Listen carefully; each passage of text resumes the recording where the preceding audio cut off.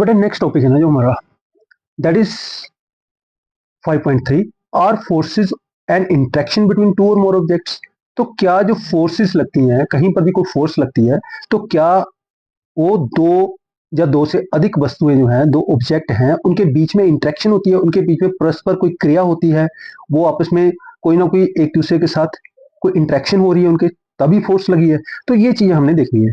When you push a table your hand is one object. अभी आप ऐसा करिए ना, आप किसी चीज को धकेलने की कोशिश करिए, से आपने आपके पास टेबल पड़ा है, आप उसको धकेलने की कोशिश करिए, तो आप देखोगे कि जैसे आप उसको धकेलोगे ना, ठीक है, तो वो अपनी पोजीशन चेंज करेगा। लेकिन एट द सेम टाइम आप देखना कि क्या आपके हाथ के ऊपर भी कुछ प्रेशर पड़ रहा है। यस, तो कुछ ना कुछ फोर्स जो है, कुछ ना कुछ प्रेशर आपके हाथ के ऊपर भी लग रहा है। ठीक है, तो इसका मीनिंग है वहां पर टेबल और हाथ जो है ना आपका, ये दोनों क्या कर रहे हैं, आपस में इंटरेक्ट कर रहे हैं।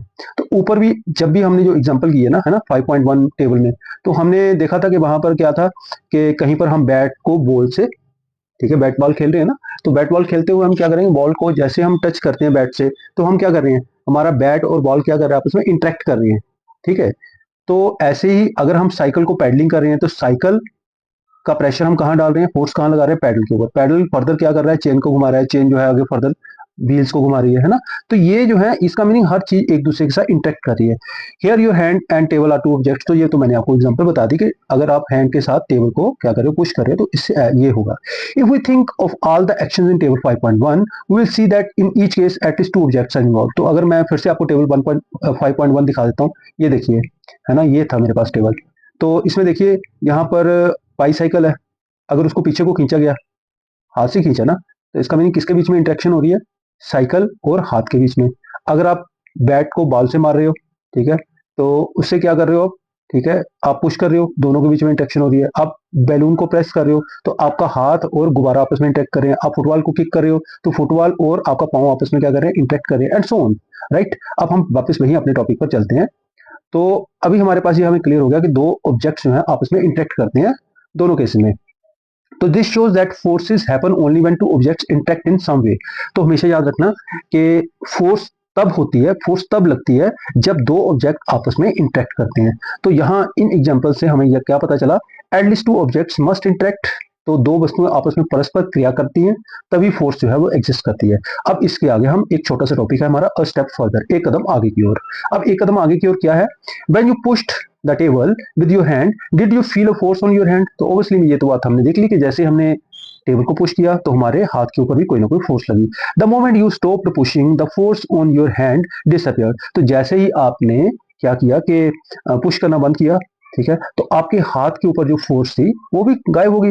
This shows that whenever to objects interact each object experiences a force from the other. तो यहां से हमें क्लियर हो गया कि जब भी दो वस्तुएं, दो ऑब्जेक्ट आपस में इंटरेक्ट करते हैं, परस्पर क्रिया करते हैं, तो दोनों के ऊपर फोर्स जो है एक्सपीरियंस होती है, दोनों को फोर्स जो है वो महसूस होती है। As soon as the interaction stops both object stop experiencing the force. अब जैसे ही उनके बीच में परस्पर क्रिया बंद होती है, तो दोनों के ऊपर फोर्स लगनी भी बंद होती है। आप ऑब्जेक्ट को धकेल रहे हो, तो आपके हाथ के ऊपर भी फोर्स लग रही है, ऑब्जेक्ट के ऊपर भी फोर्स लग रही है। जैसे आपने हाथ हटाए, आपके हाथ से फोर्स लगनी बंद होगी, ऑब्जेक्ट ने मूव करना बंद कर दिया। राइट, तो ये हमारे पास ऐसा होता है। अब बेटा हमारे पास टॉपिक है 5.4, what are the different types of forces. अब हमने ना डिफरेंट डिफरेंट टाइप्स की फोर्सेस जो है ना उसके बारे में पढ़ना है। आगे तो बहुत एक्सप्लेन में पढ़ोगे हायर क्लासेस में, लेकिन जो हमारे पास है ना ये जो थोड़ी सी ना इजी वाली पोर्शन है हमारे पास। तो आगे हमारे पास टॉपिक आएगा 5.4.1। सबसे पहले आएगा कॉन्टैक्ट फोर्सेस, जिसको हम संपर्क बल कहते हैं। In many situations to apply force on an object physical contact is needed between our body and the object. This contact can be, अब देखिए सिंपल सी बात है कि कॉन्टैक्ट फोर्सेस कब कहेंगे, जब आपस में दोनों का इंटरेक्शन होगा, आपस में कॉन्टैक्ट होगा, आपस में एक दूसरे से चीजें जुड़ रही होंगी डायरेक्टली या इनडायरेक्टली। राइट, तो फिर उनके बीच में दोनों में फोर्स काम करेगी। Direct force using our hands, जब हम डायरेक्ट फोर्स लगा रहे हैं किसी चीज को, अपने हाथ से, लेग से, या किसी भी बॉडी पार्ट से आप धकेल रहे हो, या पुश कर रहे हो, या पुल कर रहे हो, राइट, वो तो होगी डायरेक्ट फोर्स। इनडायरेक्ट फोर्स क्या होगी, आपने स्टिक से, रोप से, या किसी और टूल से उसको धकेला या पुश किया, ठीक है, या फिर आपने पुल किया। जैसे मान लो आप एक खिलौना है ना, आप उसको धकेल रहे हो, तो वो तो पुश हो गया, आपने डायरेक्टली हाथ से उसको धकेल दिया। मान लो उसको रस्सी बांधकर आपने खींचना शुरू कर दिया खिलौने को, खिलौना ट्रक था, तो वो क्या हो गया, इनडायरेक्ट, जो है अप्रत्यक्ष, जो आपकी फोर्स आपने उसके ऊपर लगा दी। तो प्रत्यक्ष जब हाथ से आप कर रहे हो, टांग से कर रहे हो, बॉडी से कर रहे हो, अप्रत्यक्ष जब आप किसी ऑब्जेक्ट से कर रहे हो, छड़ी से, डंडे से, ठीक है, फिर आप रस्सी से किसी ऑब्जेक्ट को मूव कर रहे हो। Forces that act only when there is a physical contact between the objects are called as contact forces. तो इसकी डेफिनेशन बेटा आपने याद रखनी है, मैं साथ साथ में आपको बताता जाता हूँ कि जो कॉन्टैक्ट फोर्सेज है वो क्या रहती है। Forces that act only when there is physical contact, जब ऑब्जेक्ट्स के बीच में कोई फिजिकल कॉन्टैक्ट होता है, एक दूसरे से टच करनी है दोनों चीजें, ठीक है, तो उस ऑब्जेक्ट को, उस फोर्सेज को हम कह देते हैं that is called the contact forces. संपर्क बल, जब दोनों को आपस में कॉन्टैक्ट है, ठीक है। अब इसमें हमारे पास एक फोर्स आएगी बेटा muscular force. Muscular force meaning पेशीय बल, जो हमारी मसल्स का फोर्स है, स्नायु का जो बल है, ठीक है, जो मांसपेशियां जो है उसका जो बल होता है उसको हम कहते हैं मस्कुलर फोर्स। आपके जो डोले शोले हैं, है ना, उसी के फोर्स को हम क्या कहते हैं, मस्कुलर फोर्स। फॉर एग्जांपल आपने अपने हाथ की फोर्स से टेबल को धकेल दिया, ठीक है, तो ये क्या होगी, आपके मसल्स यूज हुए ना उसमें, है ना, आपकी जो स्नायु बल मस्कुलर फोर्स है ये यूज हुई, तो इसको हमने क्या कह दिया, that is called as a contact force. When we walk, जब हम चलते हैं, भागते हैं, किसी चीज को उठाते हैं, पुश करते हैं, जंप करते हैं, किसी चीज को जब हम स्ट्रेच करते हैं, the force is produced by the muscles. तो मसल जो है ना हमारी बॉडी की, जो मांसपेशियां हैं वो फोर्स लगाती हैं, तो उसको हम कह देंगे that is the muscular force. This force is called muscular force. तो हम स्नायु बल कह देंगे, जो हमारी मांसपेशियों का बल है, जो हमारे मसल्स का बल है, उसको हम कह देंगे दैट इज द स्नायु फोर्स, जहां पर हम कह देंगे muscular force. Muscular force happens when muscles contract and elongate during activity. तो ये याद रखिएगा। अब आप ना अपने जो आर्म है ना, जहां आपको जिसको डोले शोले कहते हो, है ना, उसके ऊपर हाथ रख के ना उसको आप पहले बेंड करिए, सीधा करिए, बेंड करिए, सीधा करिए। आप महसूस करोगे यहाँ पर ना आपकी बाइसेप्स ट्राइसेप्स है ना, ठीक है, वहां पर आपको लगेगा कि वहां पर मसल जो है कभी आगे आ रहे हैं, कभी पीछे हो रहे हैं, तो that is a muscle contraction and relaxation, that is elongation. तो वो मसल जो है कभी इकट्ठे हो जाते हैं, कभी फैल जाते हैं, सिकुड़ जाते हैं, उसकी वजह से ये सारा कुछ हो रहा है। अब हमारे पास एग्जांपल क्या है मस्कुलर फोर्स की, एनिमल्स, बर्ड्स, फिश, इंसेक्ट्स, ये सारे के सारे क्या है, मस्कुलर फोर्स को यूज करते हैं और ये मूवमेंट का शो करते हैं सो दैट ये they can survive. Humans have used the muscular force of animals for carrying loads, plugging fields and pulling carts for the long time. अब ह्यूमन ने मस्कुलर फोर्स को कहाँ यूज किया, देखिए, खुद लेबर करना और किसी से करवाना, दो अलग अलग कॉन्सेप्ट है। अगर आप कुदाली पकड़ के, है ना, मिट्टी को खोद रहे हो, तो वो आप मस्कुलर फोर्स लगा रहे हो ना। तो अगर आप हल जोत रहे हो, ठीक है, किसको यूज करके, प्लगिंग कर रहे हो, है ना, तो आप ऑक्स यूज कर रहे हो, है ना, उसको, ठीक है, तो उसके बैल को यूज कर रहे हो, तो वो अलग कॉन्सेप्ट है ना। आपने बैल की जो मस्कुलर फोर्स थी उसको आपने यूज कर लिया, राइट। तो अभी हम देखते हैं कि कैसे कैसे हम ये यूज करते हैं मस्कुलर फोर्स को। अब देखिए एग्जांपल हमारे पास है एनिमल्स, फिश, इंसेक्ट्स, है ना, इन्होंने मूवमेंट के लिए यूज करते हैं। जैसे ये देखिए, है ना, ये हिरन है, ये भागने के लिए यूज करता है, ओके। जो सांप है ये मसल्स को रेंगने के लिए यूज करता है। फिशेस, डॉल्फिन्स है ना, तो ये बड़ी तेजी से तैरती हैं। जो आप छोटे थे तो आप क्रॉलिंग, है ना, जिसको रिड़ना कहते हैं, ठीक है, तो उसके लिए यूज करते थे। छोटे बच्चे जो है भागने के लिए यूज करते हैं, वर्ड्स जो है वो फ्लाइंग के लिए यूज करते हैं। तो इसका मीनिंग सभी ने अपनी मस्कुलर फोर्स को यूज कर लिया अलग अलग वे से। Humans have used the muscular force of animals for carrying loads, plugging field and pulling carts. अब ये देखिए ना, ये प्लगिंग के लिए हम किसकी यूज कर रहे हैं, ठीक है, हम एनिमल्स की फोर्स को यूज कर रहे हैं। तो यहाँ पर देखिए ये घोड़ा गाड़ी है, यहाँ पर हम चढ़ के जो है वो कहीं एक जगह से दूसरी जगह तक जा रहे हैं, ठीक है। तो ये हमारे पास डिफरेंट डिफरेंट वे है जैसे हमने एनिमल्स की मस्कुलर फोर्स को यूज किया है। अब उसके बाद आया था हमारे पास एवर्ट हार्डो। क्या आपने कभी सुना है, क्या सुना है, muscular force is not just for moving of our body outside, it is also works inside our body. तो ये आपकी बॉडी में बाहर ही नहीं दिखाई देती, हमारी बॉडी के अंदर भी मस्कुलर फोर्स चलती रहती है। जैसे आप देखिए ना, आप खाना चबाते हो, ठीक है, कैसे चबाते हो, इसके लिए आप याद यूज करते हैं ना, अपनी जवाड़ा जो है ना, जबड़ा जिसको कहते हैं हम उसको यूज कर रहे हैं। उससे क्या कर रहे हैं, हम क्रशिंग कर रहे हैं फूड की, ठीक है। एलिमेंट्री कैनाल जो है पाचन नली है, उसमें डाइजेशन में अंडुलेटिंग मूवमेंट चलती है, ठीक है, पाचन क्रिया में, ठीक है, एक्सपेंशन होती है, रिलैक्सेशन होती है। अब हमारे हार्ट के मसल्स हैं वो भी कॉन्ट्रैक्ट और रिलैक्स करते हैं, ओके। दिल के जो हार्ट के हृदय के मसल हैं तो पंप करते हैं ब्लड को थ्रू आउट द बॉडी। तो ये अंदर ही लगातार ये काम चल रहा है, अंदर मसल्स में लगातार कॉन्ट्रेक्शन है, रिलैक्सेशन हुई है। The blood circulation is essential for our survival. तो ये याद रखिएगा कि जो ब्लड सर्कुलेशन होती है ये हमारे जो है जीवित रहने के लिए बहुत जरूरी है।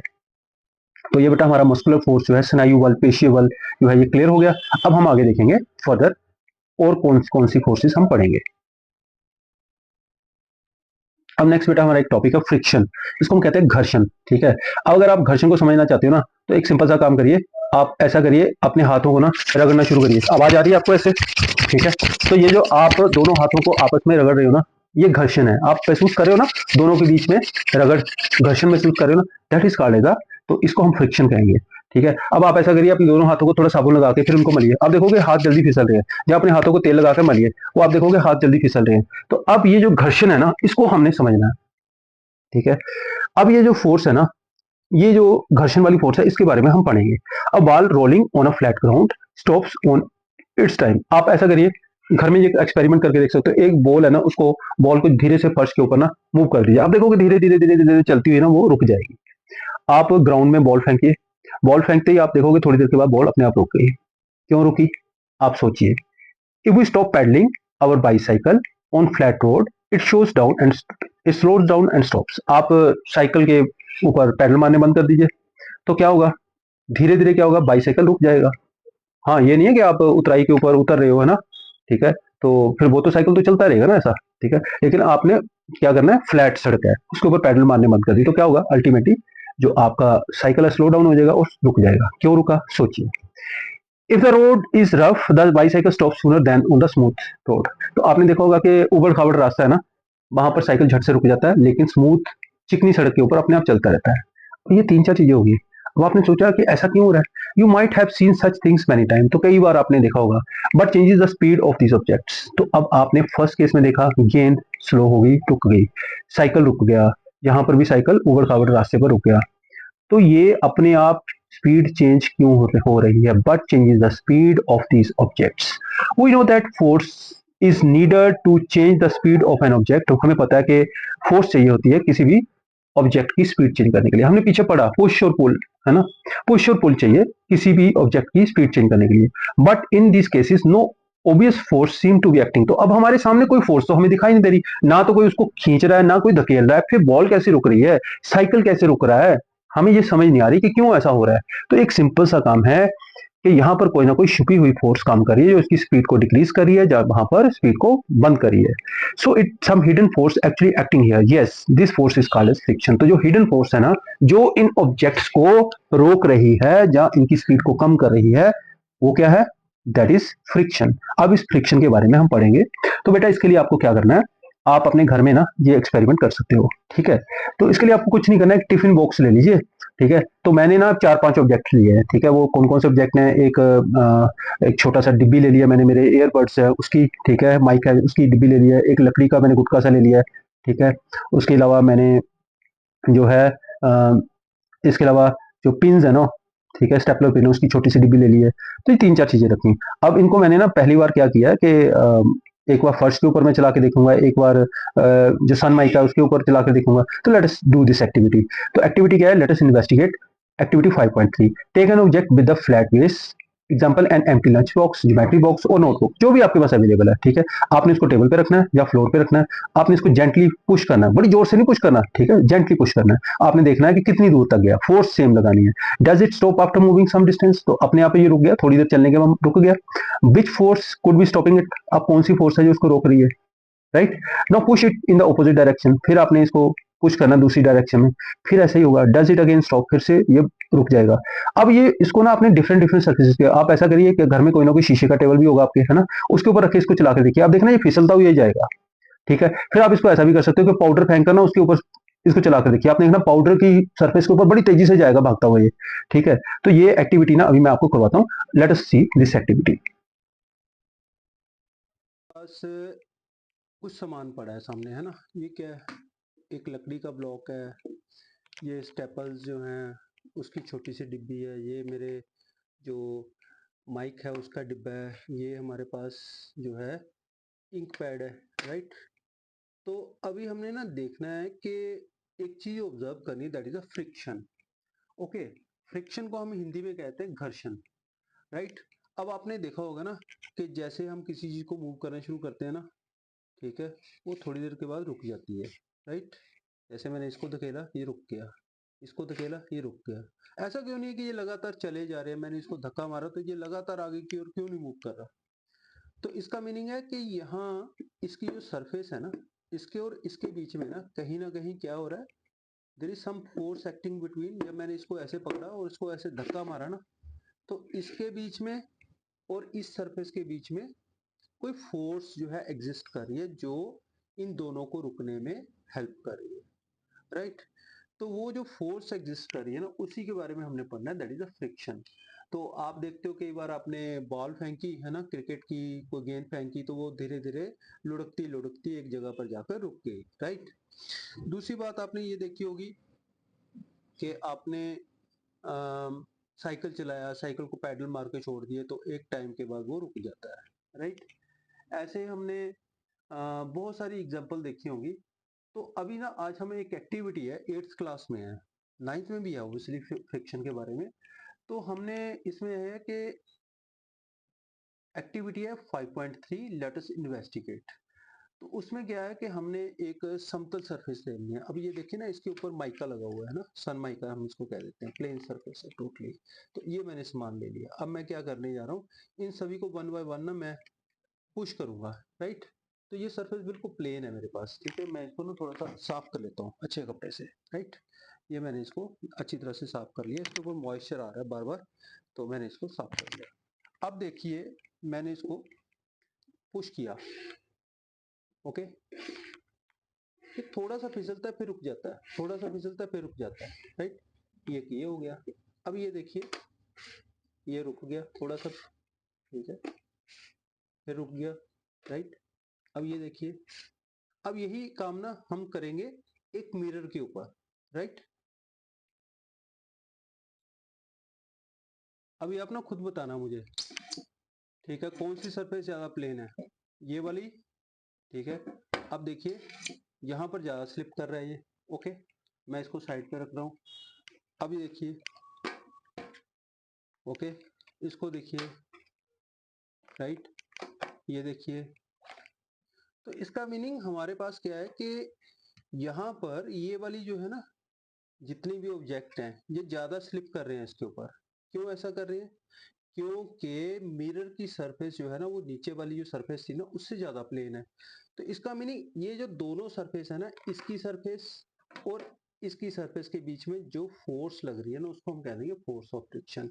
और जितनी सरफेस प्लेन होगी, जैसे ये मिरर है ना, ग्लास है, राइट। इसको मैं ऐसे करूंगा तो ये ज्यादा स्लिप करेगी। आपने कैरम बोर्ड में देखा ना, तो कैरम बोर्ड के ऊपर आप क्या डालते हो, पाउडर डालते हो ना, तो उसका स्टाइगर जो होता है एकदम से भागता जाता है ना, ओके। तो ऐसे ही हमारे पास यहाँ पर आपने याद रखना है कि फ्रिक्शन जो है, it is a force existing between the two surfaces, okay. दो सरफेसेस के बीच में जो है फोर्स एग्जिस्ट करती है, ओके। तो हमने इसकी डेफिनेशन क्या करनी है? डेफिनेशन है, फ्रिक्शन, घर्षण is the contact force that resist motion between two surfaces in contact acting in direction opposite to the motion. तो अगर मैं इधर से इधर को इसका मोशन कर रहा हूँ ना, राइट, आपने ये बात याद रखनी है। अगर कोई ऑब्जेक्ट इधर से इधर को मूव कर रहा है, ये यहाँ से यहाँ तक मूव कर रहा है, ओके। तो जब ये मूव कर रहा है ना, तो इसके ऑपोजिट इन दोनों सरफेसेस, इसकी सरफेस और इसकी सरफेस के बीच में एक फोर्स जो है लगेगी। उस फोर्स को कहेंगे हम फोर्स ऑफ फ्रिक्शन। और फोर्स ऑफ फ्रिक्शन जो है, ये क्या करती है, जो डायरेक्शन ऑफ मोशन है उससे ऑपोजिट लगती है। मीनिंग अगर डायरेक्शन इधर को जा रही है ना, ओके, तो फोर्स किधर को लगेगी, इधर को, ठीक है, ये, ओके। तो इसके नीचे जो फोर्स है वो क्या लगेगी, इसके ऑपोजिट। तो force, it is a force that act between the two surfaces, इसके और इसकी सरफेस के बीच में, ठीक है। एंड ये हमेशा डायरेक्शन ऑफ मोशन के ऑपोजिट लगती है, राइट। तो ये हमारे पास फोर्स ऑफ फ्रिक्शन के बारे में क्लियर हो गया। फोर्स ऑफ फ्रिक्शन की डेफिनेशन हमें क्लियर हो गई। तो फ्रेंड्स, हमने ना इसमें ये एक्टिविटी है ना फ्रिक्शन वाली, इसमें हमने क्या करना है, एक लेना कार्डबोर्ड, प्लास्टिक से बना हुआ है ना। तो 3 हमने बॉक्सेस ले लेने हैं। एक के नीचे बिल्कुल प्लेन सरफेस लगानी है, एक में थोड़ी सी रफ, और एक में हमने लगा देना बिल्कुल सैंड पेपर, ठीक है, जिसमें मैक्सिमम रफनेस होगी, राइट। तो हम देखेंगे सबसे पहले ये वाला प्लेन सरफेस वाला स्लाइड करेगा, दूसरे नंबर पे ये स्लाइड करेगा, और सबसे एंड में ये स्लाइड करेगा, ठीक है। कारण क्या है कि रफनेस होने से जो हमारे पास दो सरफेसेस हैं, ये वाला प्लास्टिक के सरफेस और इसमें इसमें फ्रिक्शन बहुत ज्यादा होगा, और यहाँ पर फ्रिक्शन मिनिमम होगा। तो यहाँ से हमें शो होता है कि जितनी प्लेन सरफेस होगी वहां पर उतना ज्यादा फ्रिक्शन कम होगा, और जितनी रफ सरफेस होगी वहां पर उतना ज्यादा फ्रिक्शन होगा। तो लेट अस सी। तो ये मैंने किया। अब देखिए, ये हमारी प्लेन बिल्कुल पॉलिश सरफेस आ गई, ये हमारे पास जो है नॉर्मल सरफेस आ गई, ठीक है, और ये आ गई हमारे पास रफ सरफेस। तो जैसे ही मैंने इसको रखा ना, तो ये एक मैंने रखा हुआ है यहाँ पर ढक्कन, ठीक है, तो ये क्या है, ये just it will roll over it, ठीक है, तो ये तो सबसे फास्ट हो गया ना, तो ये हमारे पास आ गई तीनों सरफेस। ये सबसे पहले ये स्लाइड किया, दूसरे नंबर पे ये, और तीसरे नंबर पर ये, क्योंकि इसकी सरफेस सबसे ज्यादा रफ है, ठीक है। तो यहां से हमें क्लियर हो गया कि फ्रिक्शन जो है वो सबसे ज्यादा कहां पर होता है, रफ सरफेस में।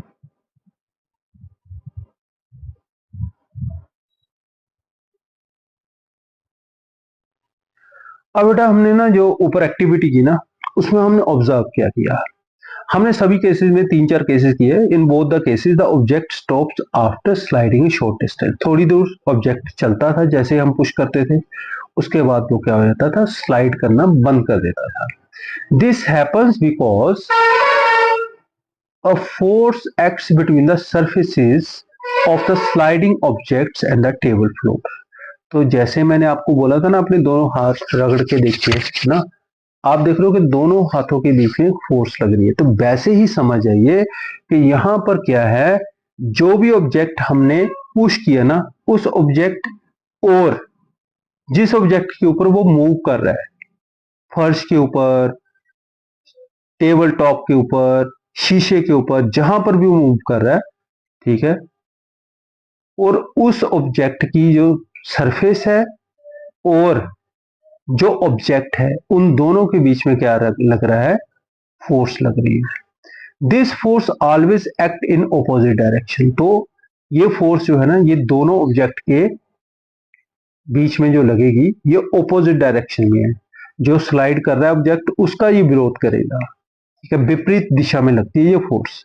कंक्लूजन क्या निकला, the force that comes into play when an object moves और try to move over another surface is called as friction. तो ये हमारे पास क्या है बेटा, फ्रिक्शन की डेफिनेशन है, ठीक है। फ्रिक्शन की डेफिनेशन यहां पर याद रखनी है आपने। ये एक ऐसी फोर्स है जो एकदम से जागृत हो जाती है, एकदम से लगनी शुरू हो जाती है जैसे ही एक ऑब्जेक्ट दूसरे ऑब्जेक्ट के ऊपर मूव करता है। जैसे ही एक ऑब्जेक्ट दूसरे ऑब्जेक्ट के ऊपर चलना शुरू करेगा, ये फोर्सेस अपने आप लगनी शुरू हो जाएंगी, ठीक है। तो इसको हम कहते हैं that is called the force of friction. तो सिंपल सी बात है, आप अपना हाथ जो है दूसरे हाथ के ऊपर स्लाइड करिए, आपको लगेगा कि आपका जो नीचे वाला हाथ है ना, वो ऊपर वाले हाथ का विरोध कर रहा है, ऊपर वाले हाथ को चलने नहीं दे रहा है ना। तो इसमें क्या है, जो दोनों हाथों के बीच में जो आपकी फोर्स लग रही है, ठीक है, वो फोर्स अपने आप शुरू हो जाती है लगनी जैसे ही आपने एक ऑब्जेक्ट को दूसरे ऊपर ऑब्जेक्ट के ऊपर चलाया। That is called as force of friction, right. Friction जो है हमेशा ऑपोजिट मोशन होता है, मीनिंग जो चल रही है चीज उसको ये ओपोज करेगा। Friction is a contact force. Friction भी एक कॉन्टेक्ट फोर्स है, संपर्क बल है।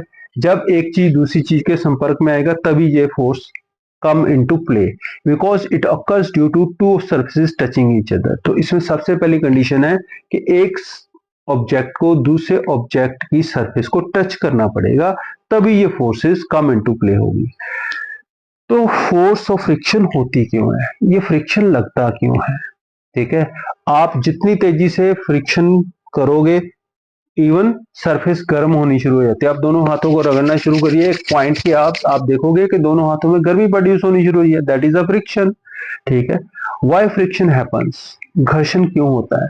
Even smooth looking surfaces have tiny irregularities. हम जितना मर्जी कह लें कि बिल्कुल प्लेन है सरफेस, लेकिन असल में वो सरफेस प्लेन नहीं होती, उसके ऊपर थोड़ी बहुत सरफेस के ऊपर इरेगुलरिटीज, अनियमितताएं होती हैं। When two surfaces are in contact, these irregularities lock into each other, making movement difficult and opposing motion। अगर आप बड़े ध्यान से देखो ना, ये देखो मैंने ये डायग्राम बना रखा है ना, यहाँ पर देखिए ये पिक्चर है हमारे पास 5.6। तो यहाँ पर देखिए ये सरफेस, वैसे हमें अगर हम देखेंगे ना नेक्ड आई से तो हमें लगेगा बिल्कुल प्लेन है सरफेस, लेकिन अगर हम माइक्रोस्कोप के नीचे रख के देखेंगे ना, तो ये सरफेसेस उबड़ खाबड़ होती है। तो जब हम एक सरफेस, मान लो ये वाली चीज को, ये वाला जहां पर मैंने मार्कर रखा है ये, ठीक है, इसको मूव करना है इसके ऊपर, तो इन दोनों की सरफेसेस जो है ना, उबड़ खाबड़ होने के कारण एक दूसरे में लॉक हो जाती है। जैसे लॉक होती हैं तो क्या होता है, ये इनकी स्पीड अपने आप क्या हो जाती है, स्लो हो जाती है, ठीक है, तो ये उबड़ खाबड़ सरफेस के कारण है, अनइवन सरफेस के कारण है ये सारा काम होता है। ठीक है जी, तो ये अब हमें क्लियर हो गया। अब हमें क्या है, डेफिनेशन क्या है, friction is the contact force. याद रखिएगा, फ्रिक्शन क्या है, एक कॉन्टैक्ट फोर्स है, ठीक है, संपर्क बल है, that resist motion between two surfaces, जो कि दो सरफेसेस के जो बीच में जो मोशन है उसको, जो एक दूसरे के कांटेक्ट में है, उसको क्या करेगा, मोशन को रेजिस्ट करेगा, मोशन को कम करेगा, मोशन का विरोध करेगा। Acting in direction opposite to the motion, तो जिस डायरेक्शन में मोशन होता है उस डायरेक्शन से ऑपोजिट होता है। तो मेरे पास बेटा दो डेफिनेशन होगी, आपने आप ये वाली डेफिनेशन भी याद कर सकते हो, the force that comes into play when the object moves और try to move other on the another object. एक तो ये आप याद रख सकते हैं, या फिर ये वाली डेफिनेशन आप याद करते हैं। जो सी भी आपको इजी लगती है डेफिनेशन तो आप याद रख सकते हो कि ये force of friction is a force that comes into play when one object move over the another. Simple see definition.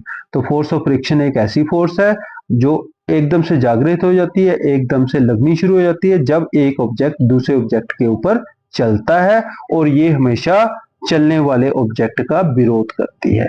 तो ये हमारे पास हो गया, जो हमने फ्रिक्शन था उसका हमने कर लिया। इसके नुकसान भी बहुत होते हैं, लेकिन फ्रिक्शन को याद रखिएगा कम किया जा सकता है। कैसे, अगर आप उसके ऊपर ऑयलिंग कर दो, आप उसके ऊपर पानी फेंक दो, बरसात के दिन चल रहे हैं ना, आप देखते होंगे हम झट से फिसल जाते हैं। क्यों? क्योंकि नॉर्मल डेज में फोर्स ऑफ फ्रिक्शन जो है वो ज्यादा होती है, लेकिन जैसे ही हम पानी कहीं फेंक देते हैं, ऑयल फेंक देते हैं, फोर्स ऑफ फ्रिक्शन कम हो जाती है।